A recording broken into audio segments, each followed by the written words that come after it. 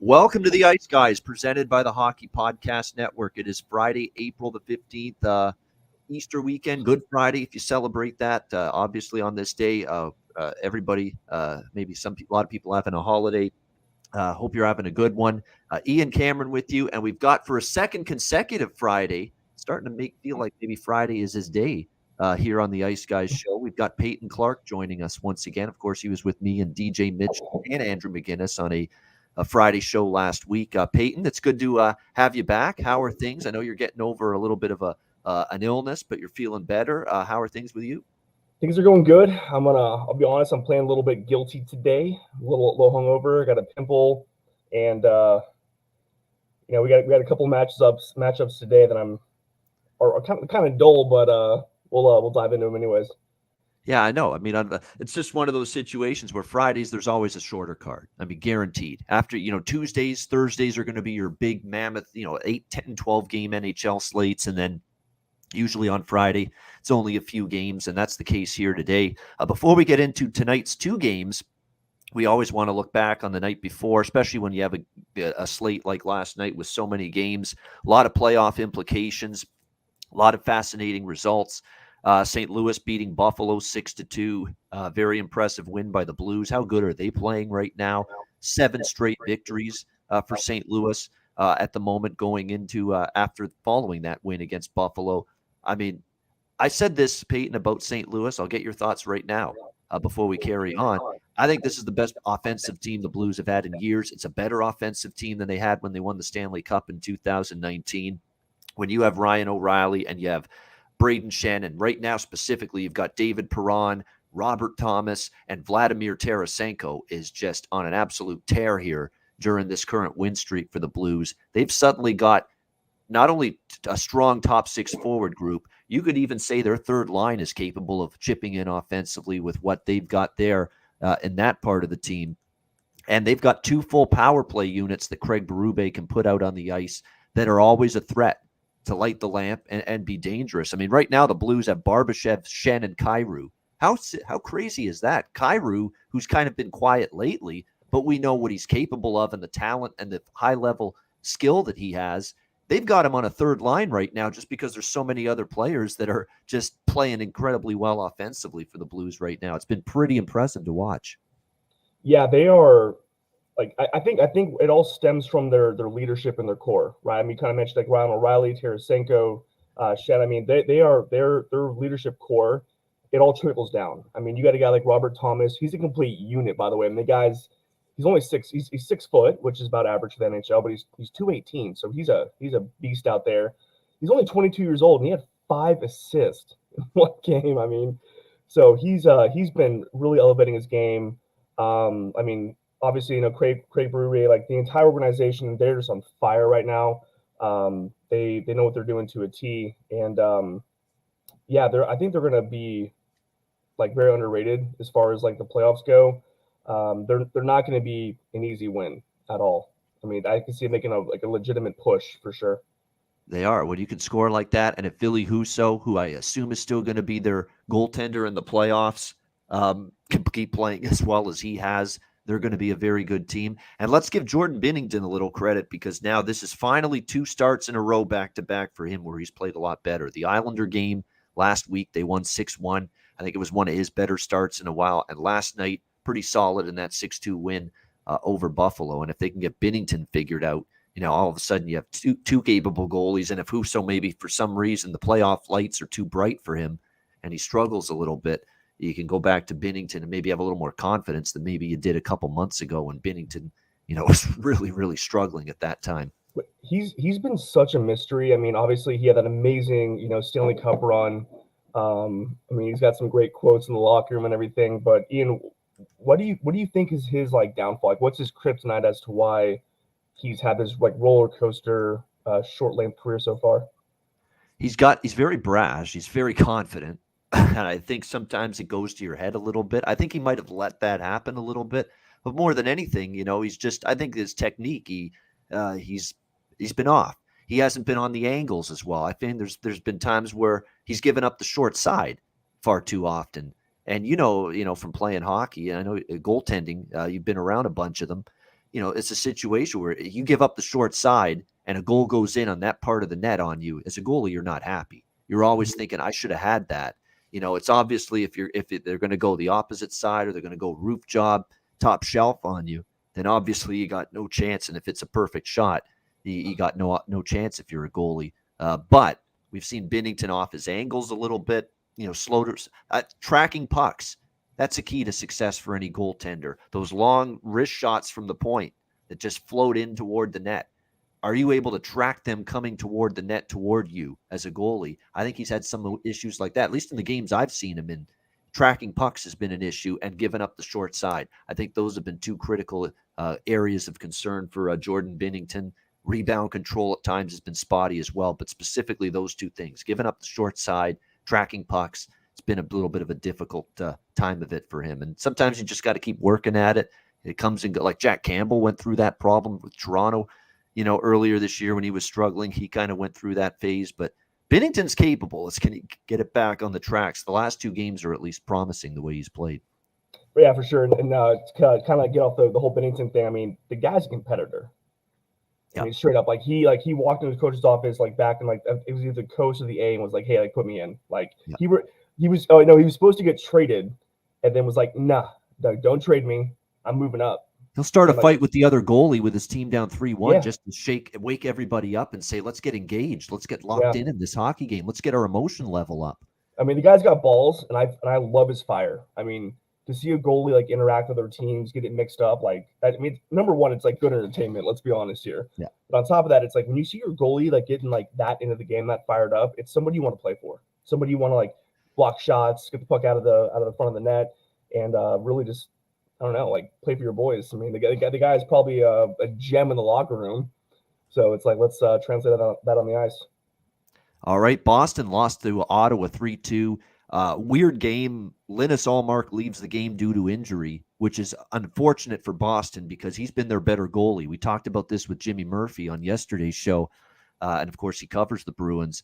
We talked about it. Ullmark's been better than Swayman. Ullmark gets hurt last night, and all of a sudden that game changes on a dime.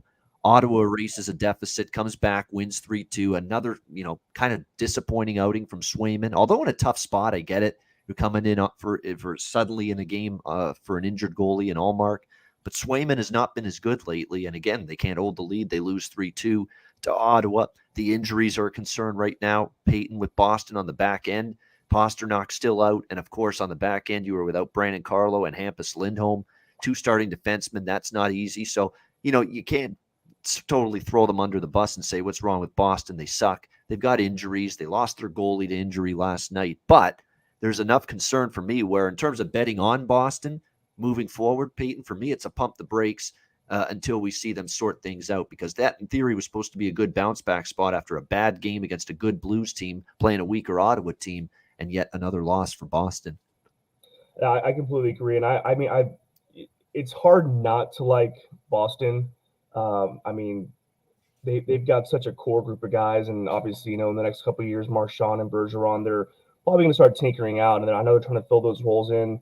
I honestly, I got to say, I enjoyed watching Taylor Hall get lit up last night. He got decked, which is great to see, because that guy, I mean, I think he's overrated. I'm gonna say it. I mean, I know he was MVP with the Devils a couple years back, but I mean, he's not he needs a surrounding cast. He can't create the cast. So by the way, I didn't say this about Taylor Hall. A friend of mine that I've known for a long time calls him fish lips. No, he's got Taylor Hall. Yeah, the guy's got beautiful lips. Yeah, I mean, if I could have those, I'd take them. But I mean, as far as the guy runs around, hits people. He's fast, but he needs a supporting cast around him to actually play well. I mean, I'm going to jump over to the Senators because I absolutely love Brady Tkachuk. I mean, he is just like his dad, the way he plays the game. He's so mature for his age. He's wise beyond his years. He's impactful every game, and in so many different ways. He's not just like a fighter, a hitter. Like, he does everything. Scores goals, sets people up. But hey, I wanted to ask you, Ian, what did you think about Gallagher's comments on Stützle? Yeah, that he's tries to embellish, tries to draw penalties, tries to be theatrical out there. I think that's just I think Brendan Gallagher does have a point. I think Stützle does have a little bit of that in his game. And I like Stützle. He kind of took the high road, didn't really get into that war of words, which is good. But I agree with Gallagher to it. Now, the question is, should he have said it publicly? Hey, I like sometimes players that voice their opinion, voice their mind. Maybe if it does rub someone the wrong way and angers somebody, angers the Ottawa Senators or Stützle in particular, so be it. But he's being honest at least, and I appreciate that. And I think more than anything, not only is he being honest about how he feels, but I think there's some truth to what he's saying. So, Stützle does need to just, and he sometimes too, another thing Gallagher mentioned is he basically tries to, plead his case to the referee with a lot of instances where he feels like there should be a penalty on the other team when they commit an infraction against him. And that's another thing Gallagher had an issue with. That kind of sounds like rookie year Sidney Crosby, the way you described that. Sidney had an issue like that early in his life, early in his hockey career, no question. He was really known, had a reputation of just whining and complaining to the refs far too much. Now, he's obviously gotten a lot better at that the last several years. You don't see it anywhere close to as much, but he was really. Now, look, Crosby takes a shit ton of punishment, all right? You talk about paying a price. He takes a price every night. Why? Because he's Sidney fucking Crosby, and he's number 87. That's why. That's why he draws that kind of attention. That's why he only got a 2-minute minor when he punched Hagel in the face, just suckered him. Yep. Imagine if that was Tom Wilson, how many games? Yeah. I've said that before about, when Crosby or any high-level superstar player does anything that's suspendable, and then you look at some of the people that have had issues with incidents in the past, have those issues like Tom Wilson, Brad Marchand, it's Matt Cook, if you want to go back in the day several years ago, they throw the book at them. That's always kind of the way it goes with the discipline element in the player safety department for the NHL. But yeah, there's some truth to what Gallagher said. How about the Leafs last night? 7-3, they beat down Washington, and they scored 7 goals without Austin Matthews scoring one. That's probably the biggest story of that. God, I was watching the game last night. I was had the game on in the backyard. I was in the pool sitting there watching it. And I was like, you would never assume that the Maple Leafs would score 7 goals and Austin Matthews wouldn't have at least one. Yeah, but the last night was one of those nights. You had you had Ilya Mikheyev scoring. You had Michael Bunting breaking a 17-game goalless drought. Everybody was chipping in last night for the Leafs, so give them credit for that. How about Tampa Bay? 4-3 over Anaheim. They tied it late, and then they scored in overtime to get the 4-3 win. It's funny, they actually had a goal called off because of offside in overtime, and then they scored a minute later to get the 4-3 win. Good news for me with Tampa Bay team total over 3.5, cashing in with that overtime win. And I had the Leafs in regulation and over 6.5 against Washington. So both of those games treated me well last night. Penguins bounced back, excuse me, after losing to the Islanders in a shootout in the previous game on the road. They bounced back at home and win 6-3. And I'll let you talk about the Detroit Red Wings, the stunner of the night, the shocker of the night, the upset of the night. Here's Carolina battling the Rangers for first in the Metro Division. They need the points. They need the wins. And here's Detroit rolling into Raleigh and shutting out Carolina 3-0. They played a pretty good overall team game, but let's be honest, the star of the night was Alex Nedeljkovic sticking it to his former team with a brilliant performance in net. Yeah, when I saw this game on the lineup, I was like, Detroit's going to lose. I mean, Carolina's just been hot. They're obviously a very well-done team. I think 99% of you would have said the same. Yeah, I definitely would not have picked Detroit, but and I'm happy I stayed off because, like I said, I think I don't see Carolina losing, but I said there's no way I'm taking them at minus 450 or whatever the price was, and that's the problem now with these big favorites, Peyton, at this time of year. You're going to see them, even though they're playing an inferior team, they need the win. You see weird results at this time of year. And sometimes those big dogs bite when you least expect them, and we saw that here. Yeah, and that's one of the things when I look at games now. Obviously, I'm new to gambling in itself, but I have a pretty extensive hockey background. And this time of year, it's just like it's you can't. There's no locks. There's nothing for sure because you got teams. I mean, the entire East is locked in for the playoff spot. Yep. Yeah, like that. The entire East, like everything's set. We're just waiting for the wild cards to hit, which they're going to because Islanders can't catch up or nobody can. But this game in particular, just watching it, I mean, I love Detroit, like no shit, right? But they're going to be one of the best teams in the next 5 years. I know, Ian, you and I were talking about this prior to the show. They've got Yzerman, and he's going to do the same thing that he did with Tampa Bay, but with back with Detroit. So I mean, they've already got Mo Seider, which he is a treat to watch. I mean, every game he's got some sort of like huge hit. He's a sneaky like reverse hitter. He dangles. His first pass is absolutely amazing for a defenseman, and he plays so beyond his years. And I think the reference I used to describe Seider, he's like a mixture of like a Lidstrom and a Cornwall into one. I mean, he's so intuitive with the way he plays, and he's a big guy, and he hasn't even like grown into his body yet. And then Lucas Raymond, he's so creative. Obviously he's playing with with Larkin, who's a stud. And I think in the years to come, they are going to be back in the playoffs again. I don't know if they're going to make another like 25-year playoff run like they did prior, but they're going to be a team to watch the next couple of years. Yeah, a young core. Seider on the back end is going to be your cornerstone defenseman. Dylan Larkin's established as your leader and your captain. What if you get Philip Zadina starting to finally recognize his true potential? What if you get Joe Veleno, stepping up for the Red Wings as well? And I think he's got some offensive upside. There's Pius Suter, a guy you got from Chicago in a trade, keeps getting better. Vrana, of course, was a nice addition. Like, you've got pieces now, and you've got a lot more in the holster that are down with the Grand Rapids team in the AHL. You're going to get a bunch of draft picks coming up in this year's draft as well, and you're going to be able to improve this team. So there's no question Detroit could be something to be reckoned with, forced to be reckoned with maybe within 3 to 5 years. I'd say closer to maybe 5, but even as early as 3, you could see this team threatening for playoffs again. But Detroit, they're so notorious for like developing. So they keep their guys down in Grand Rapids a little bit. They don't rush them. They really take their time, and that's why you have all these guys just popping up out of nowhere, and you're like, I'd never heard of this guy, and he's tearing it up. But I mean, I want to ask you really quick before I move on. Would you have kept Mantha and not taken Vrana? That's tough. That's really tough because Mantha has looked good in spurts for Washington.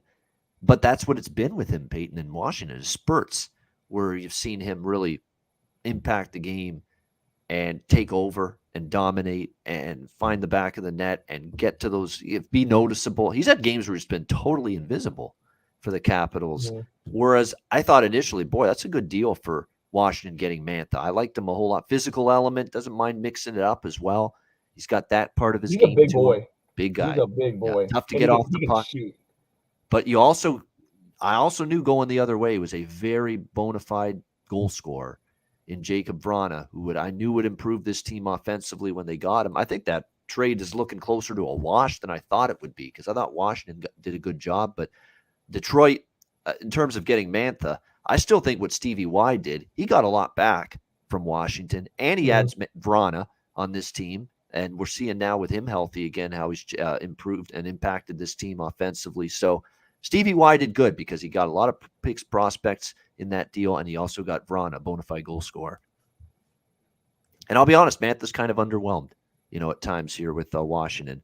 He's had some good games, but he's also had some very unnoticeable games. I wanted to mention a point that Cheshire Cat made about the Leafs a few games back. Ilya Lyubushkin, 100% right. He's added to that blue line. He's physical. He knocks people on their keister in front of the net. You don't, jab at the goalies anymore for the Leafs as much when he's around and he's right in front of the net. I think it's good. And the Leafs need more of that. They need more of that pushback factor. They've always been accused of, not being tough enough in front of the net, clearing out the front of the net, doing all those little things in front of the net and in the defensive zone to help them, especially at playoff time. Lyubushkin's probably going to be one of those guys that ends up helping them in that regard. Edmonton, Nashville, 4-0 bounce back win for the Oilers. I was on the Oilers first period and full game last night.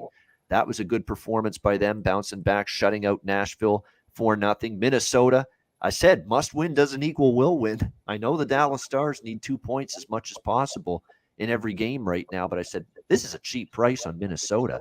even money, -110, -120, money line price against Dallas. I said, Minnesota's better. They're capable of going in there and winning. It was a close game. They had to work for it, but a terrific goal in overtime. No chance for Scott Wedgwood on that overtime game winner for the Wild as they get the 3-2 win against the Dallas Stars. Terrific goal by Freddie Gaudreau. Kevin Fiala continues to play well for Minnesota. He had both of their first 2 goals in that game.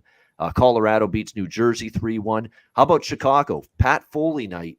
The final game for him in the television broadcast booth for the Blackhawks after 40 years. And that's why I was on Chicago last night. That was the sole factor. They want to send out Pat Foley on a winning note, just like the Buffalo Sabres a couple weeks ago wanted to send Rick Jeanneret out on a winning note on his big ceremony night. They beat Nashville at home, Buffalo, that night. And same thing with Chicago last night. They found a way. They beat San Jose in a shootout 5-4, and I also had the over, so that was a terrific result for me. And the last couple games were 3-1 Colorado, like I said. And how about Vegas? 6-1 over Calgary in Calgary. That's what the Golden Knights are capable of. They're getting healthier now. They've got Pacioretty. They've got Stone back. They got Martinez on the back end, along with McNabb, 2 of their best defensemen back. All they're missing is Riley Smith, and a couple of depth forwards are still out. Will Carrier, Brett Houghton are still out. Other than that, they're getting everybody now. It looks like a lot more healthy. And boy, when they have got it going, 6-1 against Calgary, they can beat anybody. And is there a goalie controversy, Peyton? I'll throw it to you here on this. Peter DeBoer's got an issue right now. Robin Lehner is struggling. He's fighting with his confidence right now.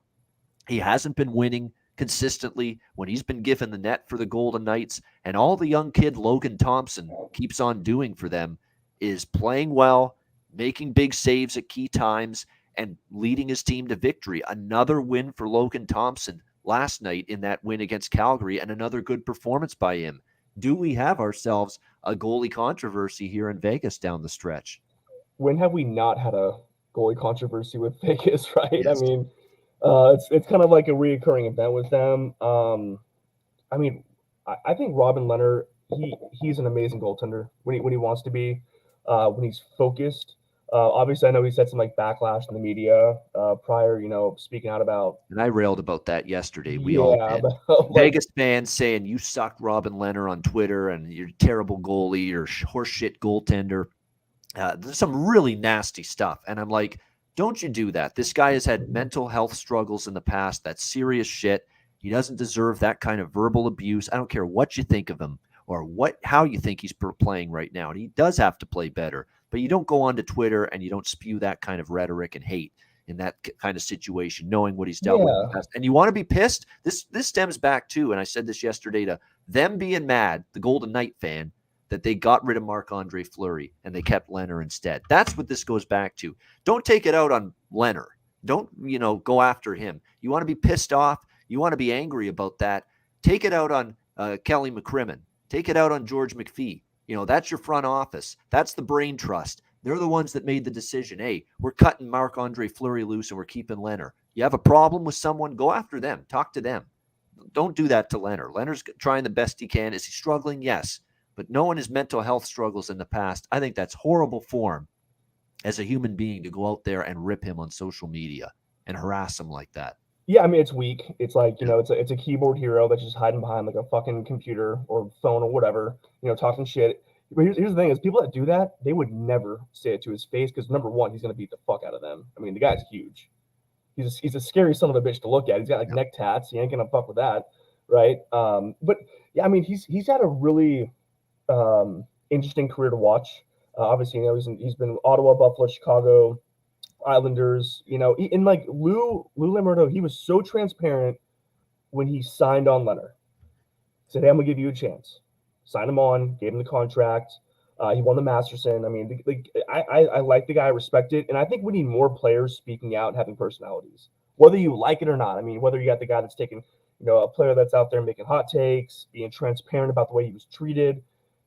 I think the league needs more of that. Obviously, the NHL within itself, it's such like a conservative like organization, if you will. I mean, they've always been very old school in the way of things, but I appreciate his transparency and honesty, and back to his like level of play is the guy can turn it on. I mean, he's a big guy. I already mentioned that. You know, he covers up a lot of net space. I think where he can kind of get weak is within his speed side to side. So that's a weakness for him. But all in all, I mean, we saw it. I mean, he's torn it up in the playoffs. And the Golden Knights, that organization is, you would think there'd be a little bit more like loyalty with an organization that's brand new, but I mean, they trade people like that. Like, you're done. You know, they'll do what they have to do to have a winning team. But I mean, yeah, like when they're healthy, they are one of the best teams. One of the best teams. I mean, God, imagine having, you know, Pacioretty, Stone, and Eichel on the same line. Probably one of the best lines. Pretty in the good. NHL. That's pretty good. You can do a lot worse than that. Yeah. So they've. I mean, they can turn it on. Riley Smith, his hands are unreal. If you watch him in games, like he's got some mitts on him. But yeah, I think they're gonna make a strong push. I know Daryl Sittler. He was even saying that the Knights and the Avalanche are going to be two tough teams to beat, which he's probably going to end up having to play one of them. And last night was a little preview. I was expecting more to the Flames last night, quite frankly, considering like they're, you know, obviously in the same conference. And I was like, well, this should be a better game than it was. But the Knights turned it on. They were trying to make a statement for the playoffs. 12 points in the last 9 games, by the way, for Evgeny Dadonov. There's someone that doesn't get talked about enough here for Vegas, and he should be. Isn't it amazing how this trade, they wanted to trade him away desperately? The trade gets null and void. He's back with the Golden Knights, and he's been marvelous for them, really, ever since that moment. 12 points in the last 9 games. Like I said, he's been absolutely terrific for them. And we'll wrap it up with the recap of last night. There's only 2 games today, so I figured we'd do an in-depth recap of last night. But final game of last night was, I wish they were all this easy from a betting standpoint. Easy wins is like this with Vancouver, and I really went to the well with this one. I took Vancouver puck line -1.5, -130. I took Vancouver team total over 3.5, -145, and I took the full game over 6 with Arizona and Vancouver last night. And sure enough, of course, Vancouver takes care of business pretty much all by themselves. 7-1 beat down over Arizona last night. Obviously, they're battling for their playoff lives. They're still hanging around. You know, I think it's still going to be tough for them to catch Dallas, Nashville, Vegas, all of those teams. But, you know, they're playing hard. They're playing like, hey, we're going all out till we're officially out, you know, and we're not giving up until, you know, they give us that you're officially eliminated from the playoff status. So credit to Vancouver. They took care of an AHL team. That's what Arizona is right now. They're an AHL roster. You take out Clayton Keller. You take out Jacob Chikrin. You take out Lawson Krause. You take out all the key players, both the back end and the forward, that they're without right now. They have no depth right now in this organization to replace players like that. And you're seeing it. This team is just, they're bet against game in and game out for me now. Until further notice, Arizona. Like, they are getting the shit kicked out of them on a nightly basis. Well, Ian, how do you really feel? I just said it. Yeah. They're an AHL team, and they're getting the shit kicked out I of them. think calling them AHL team is pretty generous. It's like a mixture of like the, you know, East Coast and AHL. How long do you think Kessel's going to play there? You know, this if you're Kessel too, I know you're getting older. This would be a nice time as a veteran guy to like maybe do something. Right? And you're just not seeing him. I don't think he's at the point, too. This team sucks. This team's rebuild. He has zero motivation, Phil Kessel. He doesn't give a do shit anything right now. Like, he's made his money. He's got his cups. Yeah. You know, he's probably living in Scottsdale in a nice you know, house on the mountains. He's probably doing great. But I mean, at the same time, like, the guy still loves hockey. He still cares. He still wants to win. 12 games without a goal, by the way, for him right now. That's kind of been his whole thing in Phoenix. He's been that way the entire time he's been there. Like, he's been really streaky. I don't know. I mean, I don't have much to say about the game. I mean, it went exactly the way I think we all thought it was going to go. The Canucks, I mean, I think they're going to be good in the next couple of years. But I think Elias Peterson, I don't know how to say his name. I think he needs to adapt his game a little bit. I think when he first came out, he was so talented, but he was very singular in the way he played, and people figured it out very quickly, kind of like Ovechkin in his earlier years. I'm not trying to compare the two, just saying that's what happened with them. But I think he needs to develop his game a little bit and broaden it up. But with the Brock Besser, he's a nasty talent. He's got the best flow in the league, but he's wishy-washy. I mean, and unfortunately, he's got like the injury bug where that thing always comes back, a couple times a year. So I don't know, but yeah, 7-1, just a complete ass kicking. Yep, pretty much as I expected. And by the way, tomorrow, Jeffrey asking relentlessly in the chat, do you have thoughts on Saturday? I'll do that now so we don't do it at the end of the show. Just briefly for Saturday, Arizona's playing Calgary. Calgary off a loss, by the way, against Vegas. You're not going to get a bargain there on Calgary, but I think you could probably lay 2.5 goals, 3.5 goals. You get creative and maybe go alternative puck line with Calgary on Saturday against Arizona, because that definitely is something I'll be eyeing on the Saturday slate. Vegas against Edmonton, that's a huge. I'll tell you what, I liked Edmonton in the bounce back spot last night, but I'm not stepping in front of Vegas right now. Like I said, that would be Golden Knights or nothing for me in that game. I think Nashville's probably another over, because I like Chicago over the total right now. They just don't have good defense or goaltending. Nashville team total over makes some sense to me in that game. Washington, Montreal. Washington off a debacle against Toronto on Thursday. You'd expect them to play better. Maybe a team total over for the Capitals in that game. Toronto, Ottawa. Ottawa always plays Toronto tough, so that's always the one thing you got to worry about there. So I'm not necessarily sure. Matthews usually gets a couple of tucks against Ottawa. I mean, obviously his first NHL game ever yet. He had 4 goals against them. Matthews always scores against Ottawa for sure. Yeah, definitely. So there's just some initial thoughts. I don't really have much on the other games yet. We'll do our work tomorrow, and again, we do have a show tomorrow, noon Eastern. At noon Eastern tomorrow for the regular time. For our Saturday edition, it'll be me. It'll be Rinas Vitalins, Vito from Latvia, who's always with us on the weekends, and of course, and Jake Hahn will be a special guest with us tomorrow as well. He's been on a couple of times, NHL Network host, radio host, I should say, and he will be with us tomorrow for the Saturday slate. Looking forward to that. All right, let's talk about Friday's games now. We just have 2 games, and we will start with the Winnipeg Jets taking on the Florida Panthers. Winnipeg Florida, I should say, minus 260 in this game. The total 6.5 here across the board. I mean, Jets have played pretty good here the last few games. They're on a little bit of a win streak. This is another team kind of like Vancouver, although it's even more unlikely than it is for Vancouver that they make the playoffs. But, you can't tell this team, hey, quit. You're probably not going to make the playoffs. We're seeing this Winnipeg team give a pretty good effort here down the stretch. And kind of like Vancouver, they're not mailing it in, or they're not giving up on making the playoffs until it says they're officially out.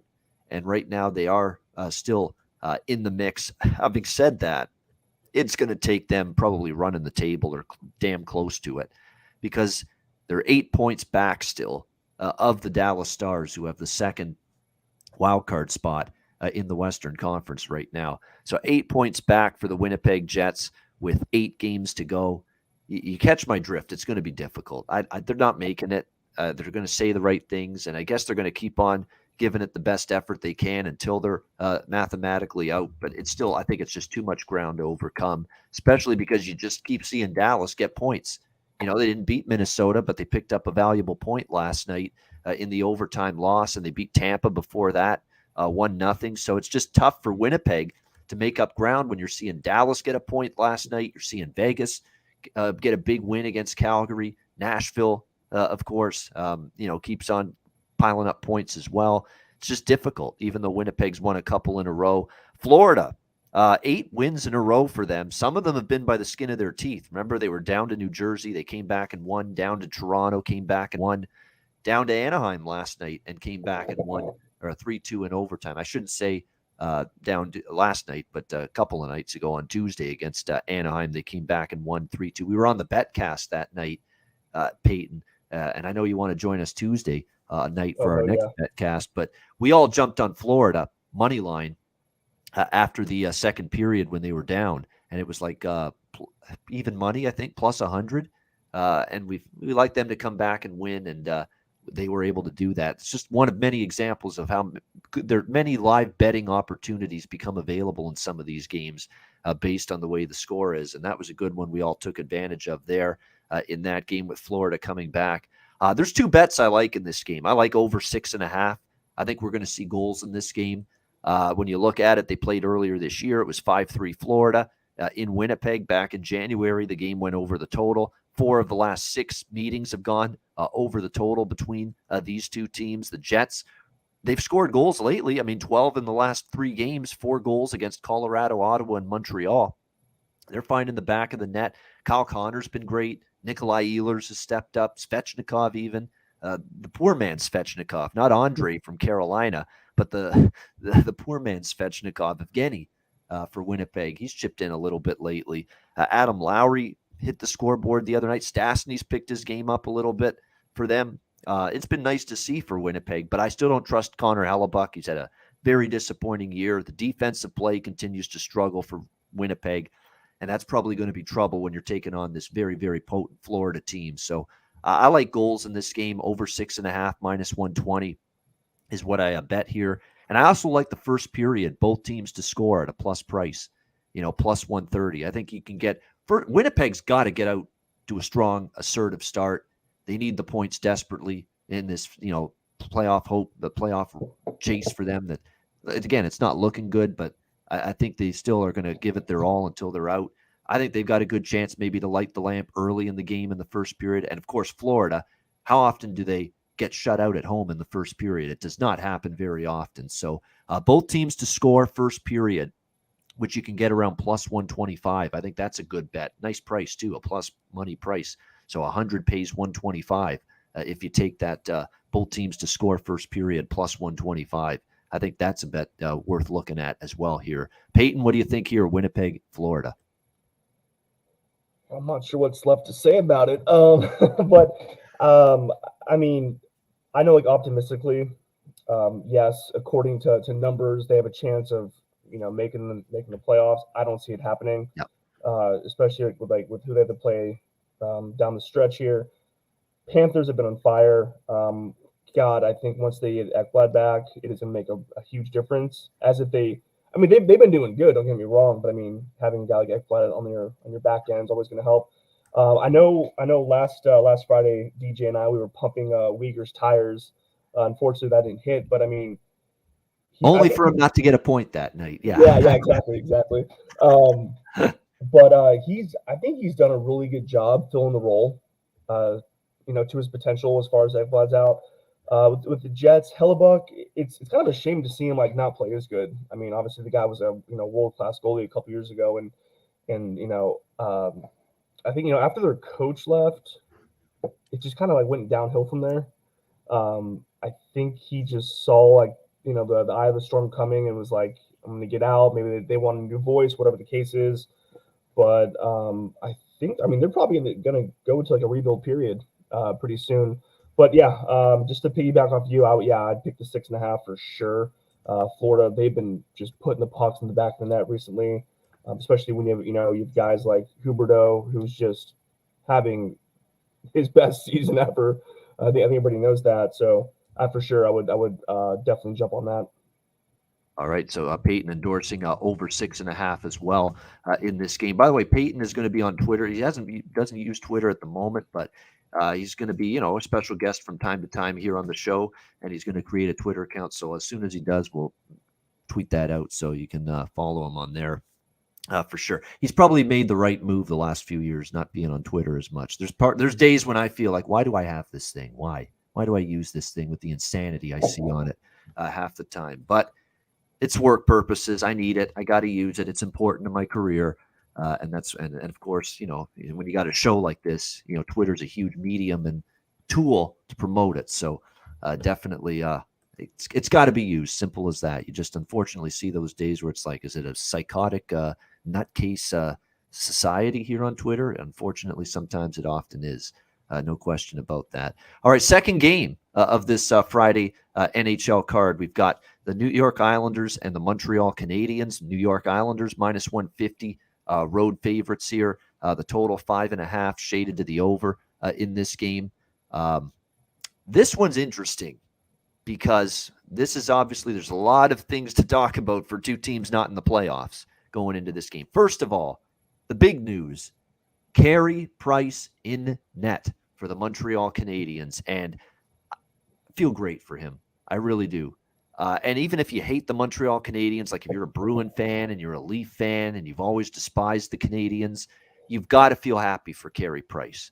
This guy has obviously been here forever, his whole career with Montreal.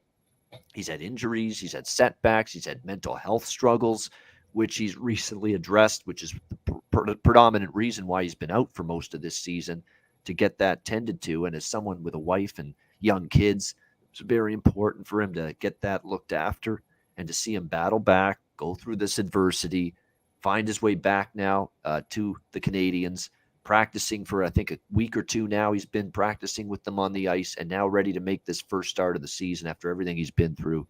It's commendable. You love to see it.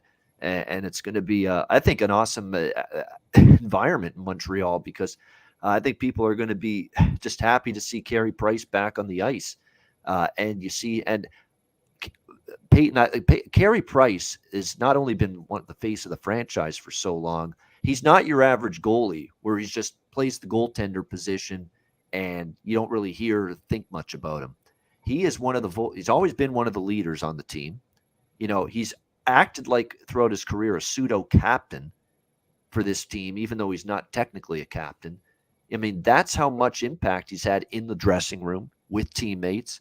He's been big in the community as well. And I think this is one of those nights where when you're talking about a non-playoff team and a team that's playing out the string, what's been a disappointing season like it's been for Montreal, you look for those moments of inspiration. You look for those instances where you think the team is going to show up in a game that otherwise would be meaningless late in the season.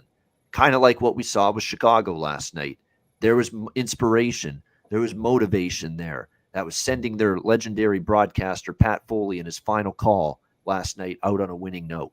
And they got it done against San Jose. I feel with Carey's return tonight, that's a rallying cry for Montreal, that even though they've lost 3 in a row, they've struggled a lot the last few games against Toronto, Ottawa, Columbus the other night. They really looked bad against Columbus. They looked like they just couldn't get anything going. It's like on a cold winter morning here in these parts, you put the key in the ignition, you turn it, and the motor won't start. Yeah, that doesn't happen in Houston, Texas. So no, that's right. Thank goodness for you. Yeah, you're right, Ian. I mean, we've all seen it. Anytime there's like a special occasion for a team, whether it's a guy hitting 1,000 games, jersey retirement, anything huge, the boys always step up. And what I've noticed recently, like when really tuning in, is these guys are so skilled. I mean, not just the Canadiens, but any NHL player, they can turn it on when they want to. And tonight, they're going to want to. I mean, they got one of the best goaltenders in the world. I mean, ever to play is going to be in net tonight. I know he hasn't won a cup. I'm going to have a hot take here. Based off like his career and everything, I don't see why Carey Price wouldn't be a Hall of Fame goalie. I think like one of the most like heartwarming videos I've ever seen was when Carey Price saw that child. I think his mom had passed away from cancer, and Price met up with him, and it's just like he's a complete class act. And I bet you he's so excited to have St. Louis behind the bench.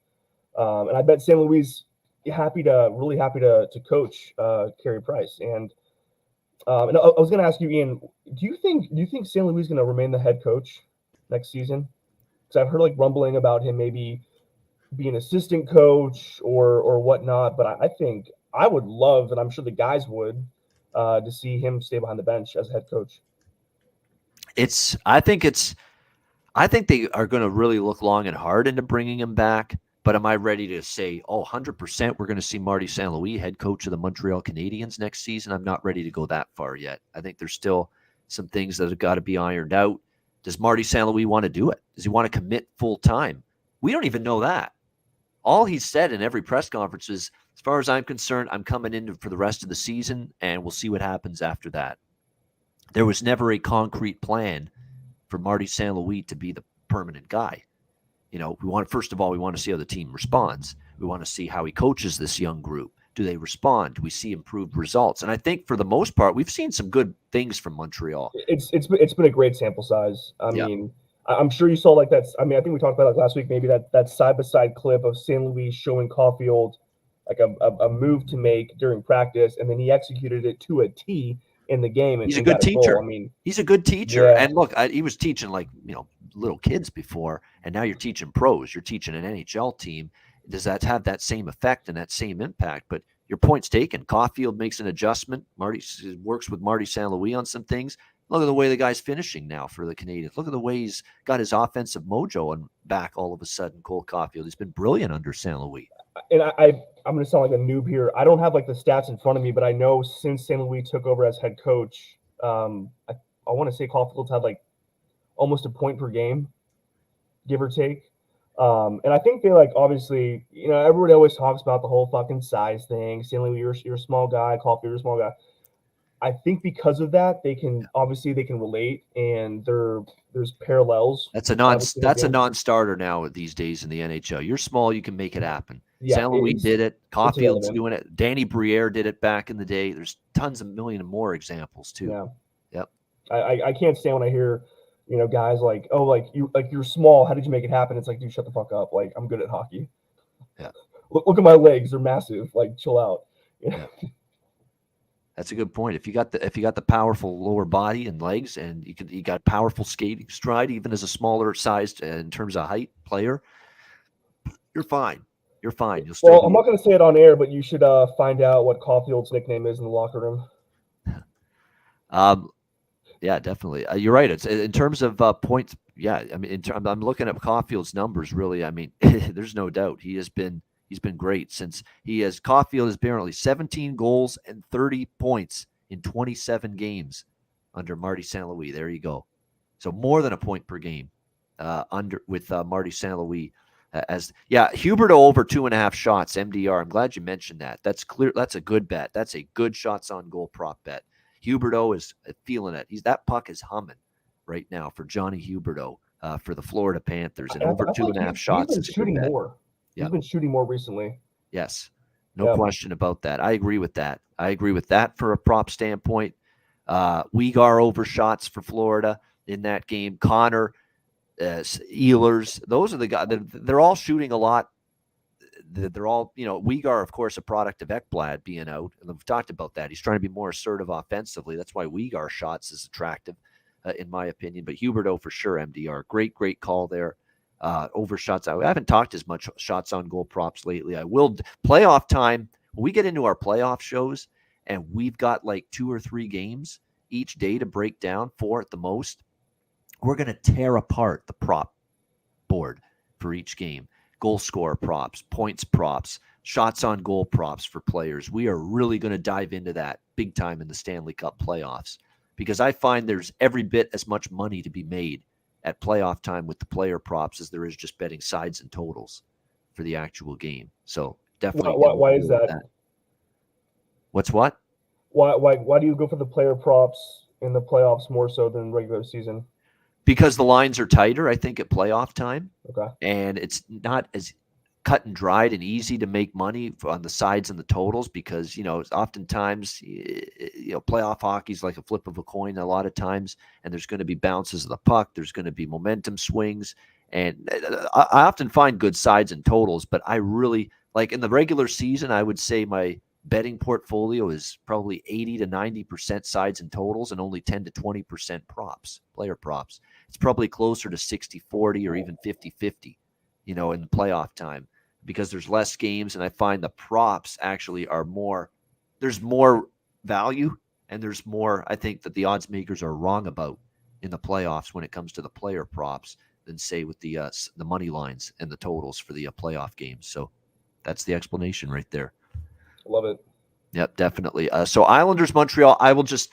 Let me just say before I say I do like Montreal, and I am on Montreal here, plus 130 in this game. First of all, the Islanders are on a back-to-back. They played in Pittsburgh last night. They lost that game. Now, Barry Trotz wasn't happy. He said we played soft. We played shinny hockey. He wasn't very happy. That does concern me a little bit being on Montreal. You'd think after those kind of comments from Trotz, they're going to be pretty angry, looking to bounce back strong. And also to keep in mind, Mike Bossy's passing. earlier today, someone that was still very well connected with the Islanders organization, a guy that still had a relationship with several of the current Islanders players on this team. So playing with heavy hearts, there's definitely some emotional motivation and incentive, if you will, on the Islanders side too. But the difference is you're laying minus 150 with the Islanders here, whereas Montreal's bringing back their star goalie Carey Price, which should motivate the team significantly, and you can get them at a nice home underdog price here, plus 130. So I like Montreal here, and again, they're the rested team as well. And Marty St. Louis said after the Columbus game, I don't think we're playing it poorly so much as we are tired. We're mentally tired. We're physically tired. A lot of these kids are getting more minutes than they've ever seen before in the NHL. We're struggling with it right now. So the fact they get the day off after the Columbus game and the Islanders are rolling in on a back-to-back on the road, that's a situational scheduling edge for Montreal, I think, tonight in this game. So I'm going to go ahead with it, with Montreal here, plus 130 in this game against the Islanders. Peyton, your thoughts here, Islanders, Canadiens? Yeah, we've already kind of talked about how teams get motivated for certain circumstances, and I'm really happy you actually brought up Mike Bossum. I saw today earlier on Instagram that he passed away after battling lung cancer at the age of only 65, and which is I was very, very shocked when I saw that. One of the best pure goal scorers of all time, is no debate. Yeah, so both teams have a huge reason to really go out there and play. Obviously, they're these teams probably aren't going to make the playoffs. But there's still something to fight for. At this point of the season now, teams that are out there, they're pulling in prospects, maybe some college guys, whatever, to get some ice time, some face time in there. But the Canadiens, they just what a whirlwind. I mean, how do you go from competing for the cup down to first team eliminated this season? I mean, it's kind of wild. So. I'm gonna go against you. I would say I would pick the Islanders tonight. I think Barzal. I just wish that guy could just get let loose, just like I'm a peacock. I gotta fly kind of thing. I think he's so integrated within the system, but I think he's so underutilized. I think he can bring more to the table if Trotzy and Lou just said, "Hey, play your game." It's funny you mentioned that about Barzal, because you're right. It feels like, he's got so much, an abundance of skill and talent and elite level ability. And yet there's some games where, just it dries up for him. And he's kind of in one of those spells now. He hasn't scored in 6 straight games. He only has 2 points during that stretch. He did have a good stretch before that. And sometimes when you play in a defensive first system like the Islanders, and that's the way Trotz has been going all the way back to when he was with Nashville, you don't really expand all your offensive horizons. And I compare this to what we've seen with Devon Toews with Colorado. He leaves from the Islanders. He goes to Colorado. And in the Islanders, we just labeled him a great shutdown defenseman, very good in his own zone, terrific, in terms of, plus minus, all that, good defender, but doesn't necessarily give you a lot offensively. Well, he's given Colorado everything and then some offensively this year, because he's playing in that more up-tempo. They'll generate more rush chances. They don't mind. They're activating their defensemen into the rush, into the play, whereas the Islanders are more hesitant to do that. And look at what Devon Toews is doing. So it's kind of a good comparison. Maybe Barzal, if he was somewhere else, he'd flourish more. But nevertheless, he's got to make it happen here with the Islanders, regardless of the system. He looks like McKinnon. If you watch Barzal and McKinnon play, I think their skating and stick handling is very similar. Obviously, McKinnon, he's got those just onion chopping hands out there.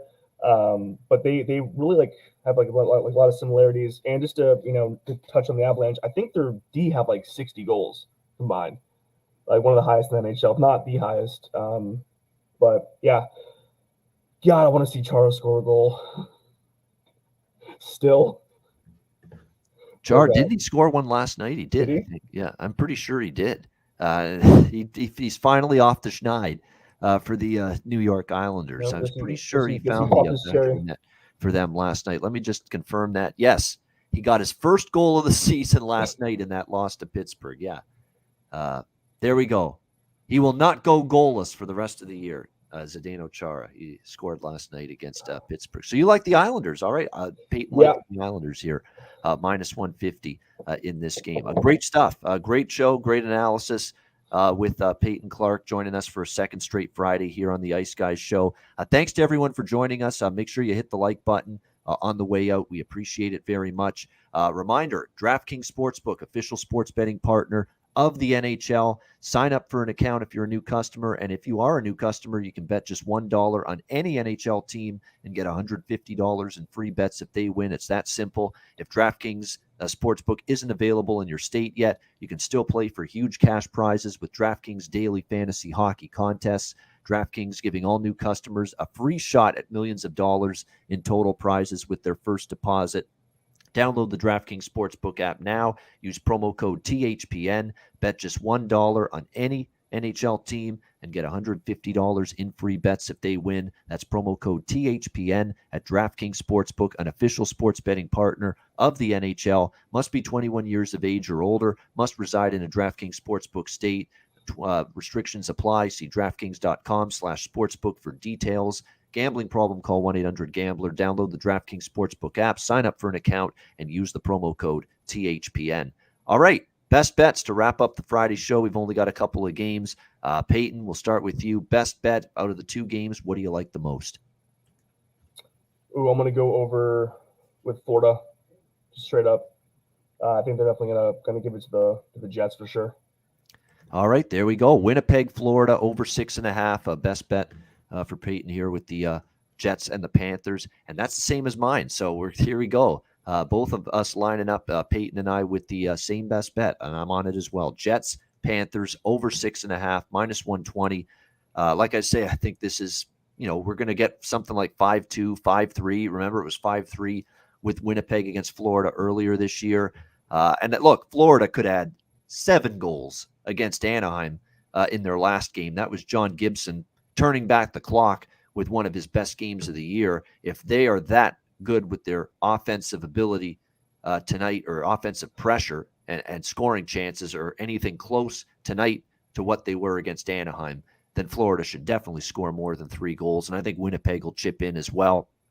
They need 2 points desperately. I think you see an aggressive offensive philosophy tonight from the Jets. So Winnipeg, Florida, over 6.5, minus 120 for my best bet for this Friday card. And that'll wrap up this edition of the Ice Guys. Thanks to everyone for joining us, and Peyton Clark for joining us once again. A reminder, the Ice Guys is live 7 days a week, Monday to Friday, 2 p.m. Eastern, Saturday and Sunday, noon Eastern. If you can't watch the show live, download the Ice Guys podcast in audio form on all major podcast platforms: Google Podcasts, Apple Podcasts, Spotify, Stitcher, and iHeartRadio. Download the Ice Guys podcast when you can't watch the show live. For our special guest, Peyton Clark, I'm Ian Cameron. Have a great Friday. Enjoy the games and good luck. We'll talk to you again tomorrow on Saturday for a massive Saturday NHL card that we'll break down for you tomorrow on Saturday, noon Eastern. Another edition of the Ice Guys presented by the Hockey Podcast Network.